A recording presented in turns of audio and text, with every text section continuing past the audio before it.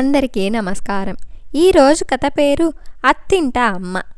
అమృత అంటూ పిలిచిన అత్తమ్మ పిలుపుతో వంటగది నుండి బయటికి వచ్చి అత్తమ్మ మహాలక్ష్మికి కాఫీ అందిస్తూ చెప్పమ్మా అంది అమృత.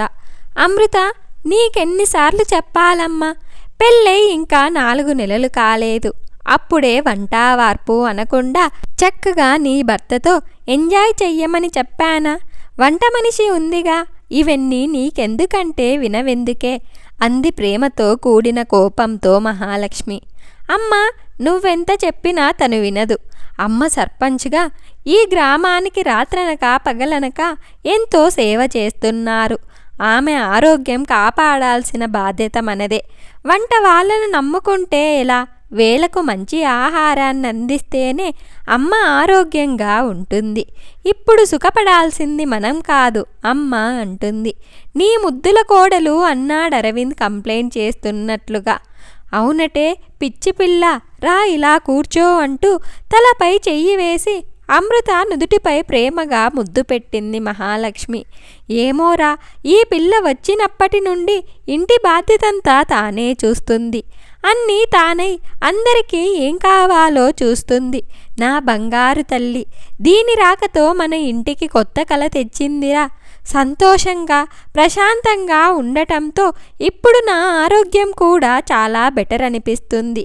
ఇది మన ఇంటి దేవతరా అంది మహాలక్ష్మి అమృతను దగ్గరగా తీసుకొని మురిసిపోతూ. అమృత, నీకు నా ఆరోగ్యమే కదా ముఖ్యం. అయితే ఒక పని చెయ్యవే, నా చేతిలో త్వరలో ఒక మనవరాలిని పెట్టు. చక్కగా దానితో ఆడుకుంటూ ఆరోగ్యంగా ఉంటాను, సరేనా అంది అమృత చుబుకాన్ని చేతితో పైకి లేపుతూ మహాలక్ష్మి. పోమ్మా మీరు మరీను అంటూ సిగ్గుతో కిచెన్లోకి పారిపోయింది అమృత. మహాలక్ష్మి, అరవింద్ ఇద్దరూ పకపక నవ్వుకున్నారు. వెనకాలే కిచెన్లోకి వచ్చిన అరవింద్, అమ్మ చెప్పింది విన్నావుగా, ఓవర్ టైం డ్యూటీకి నేను రెడీ అంటూ అమృతను గట్టిగా తన కౌగిలిలో బంధించి అధరామృతాన్ని ఆస్వాదించాడు. అది తనకి ఇష్టంగానే ఉన్న పట్టపగలు అందరూ చూస్తారనే స్పృహ రాగానే అరవిందును బలంగా నెట్టేసి దూరంగా పారిపోయింది అమృత.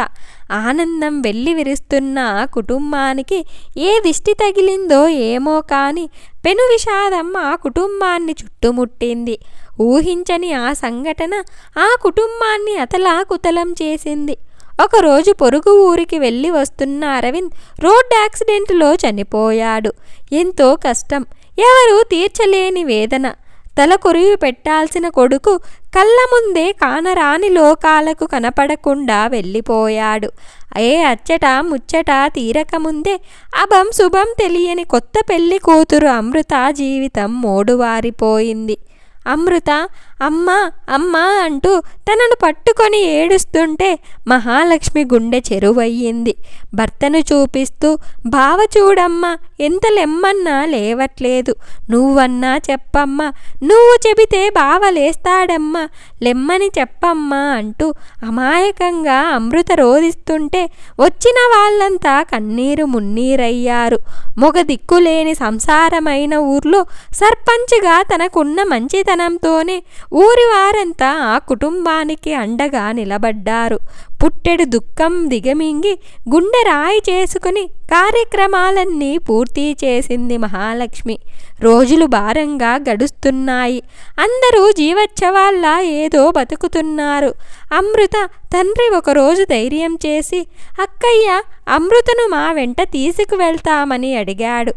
మహాలక్ష్మి గుండెల్లో బాధను దిగమింగుకొని, అలాగే మీ ఇష్టం అంది. ఆ మాట విన్న అమృత తండ్రిపై నిప్పులు చెరిగింది.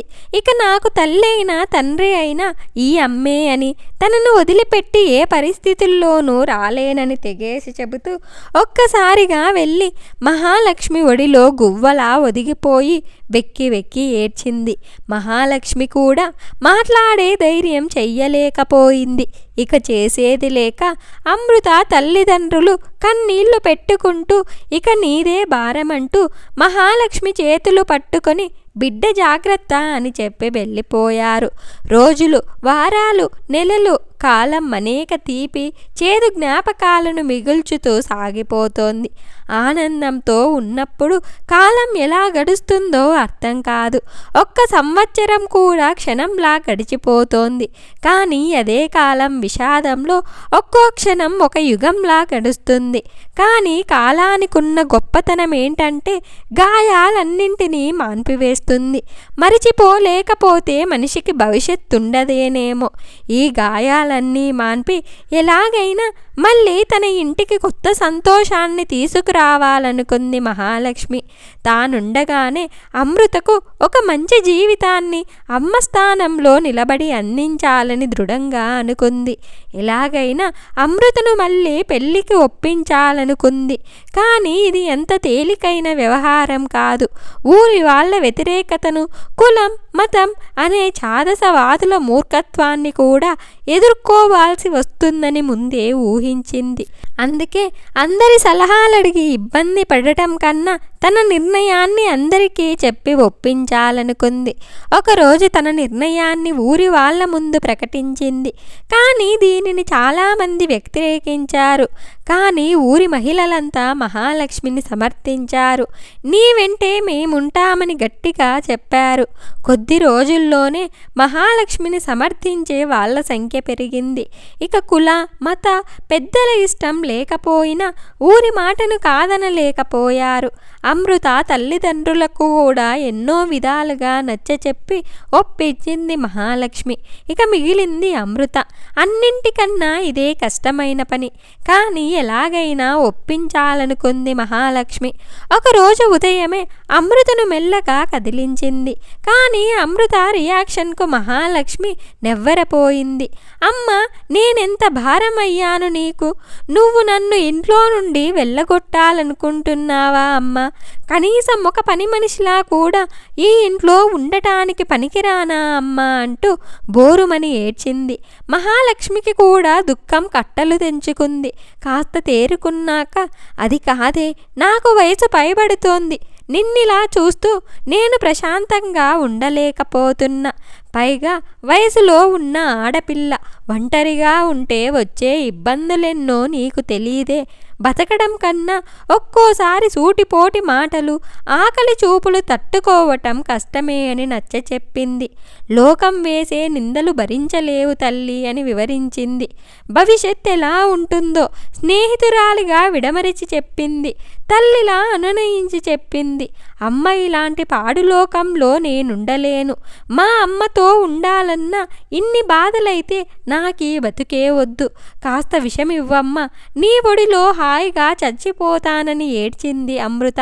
మహాలక్ష్మి అమృతను తన ఒడిలో పడుకోబెట్టుకొని, అమ్మ, ఈ జన్మలో నాకు నీ బిడ్డలతో ఆడుకునే అదృష్టం లేనప్పుడు నేను మాత్రం ఎందుకు బతకాలి? ఎవరి కోసం బతకాలి? నాకు నా జీవితం పట్ల విరక్తి కలుగుతుంది, చచ్చిపోవాలనిపిస్తుంది అంటూ కన్నీరు పెట్టుకుంది. అమృత టక్కున, అమ్మ, ఏం మాటలివి అంటూ చేతిని అడ్డిగా పెట్టి మహాలక్ష్మి నోరు మూసింది. సరేనమ్మా, నీ ఇష్టం. కానీ నా తల్లి స్థానంలో నువ్వే నా పెళ్లి చెయ్యాలి. నా పుట్టిల్లు కూడా ఇదే. నువ్వు నాతోనే ఉంటానని మాట ఇవ్వమంటూ మహాలక్ష్మి చెయ్యిని తన తలపై పెట్టుకుంది. అలాగే లేవే పిచ్చిదానా అంటూ అమృతను గుండెలకు హత్తుకొని సంతోషంగా ఆనంద బాష్పాలు రాల్చింది మహాలక్ష్మి. మహాలక్ష్మి తమ బంధువులలో యోగ్యుడైన అబ్బాయితో అమృత వివాహం రంగరంగ వైభవంగా జరిపింది. పుట్టింటి మర్యాదలన్నీ స్వయంగా దగ్గరుండి జరిపించింది. ఊరి వాళ్ళంతా తమ ఆడపడుచుల్లా భావించి అమృతను దీవించి సాగనంపారు. ఊరంతా ఆడంబరంగా అమృత వెనక సారెతో కదిలింది. మొదటి సారె, పెళ్లి కొడుకు ఊర్లో ఉంటే చివరి సారె. పెళ్లి మండపంలో కదిలింది అమృతకు అత్తమ్మే అమ్మయ్యింది. అన్ని ముచ్చట్లు దగ్గరుండి తీర్చింది. సంవత్సరం తిరగకుండానే అమృత పన్నంటి కొడుకును అమ్మ చేతిలో పెట్టింది. బిడ్డని ముద్దాడి అత్తింటి అమ్మ మహాలక్ష్మి ఎంతగానో మురిసిపోయింది. మళ్ళీ ఆ ఇంటికి కొత్త కల వచ్చి కలకలలాడసాగింది. ఇలా అత్తే అమ్మాయి తన కోడలు ఆలన పాలన అన్నీ చూసుకుంది. ఇంత మంచి కథను మనకు అందించిన సుదర్శనం గారికి ధన్యవాదాలు. నా వీడియో కనుక మీకు నచ్చినట్లయితే ఒక లైక్ చేసి స్టోరీ ఎలా ఉందో కామెంట్ చేయండి. నా ఛానల్ని సబ్స్క్రైబ్ చేసుకోండి.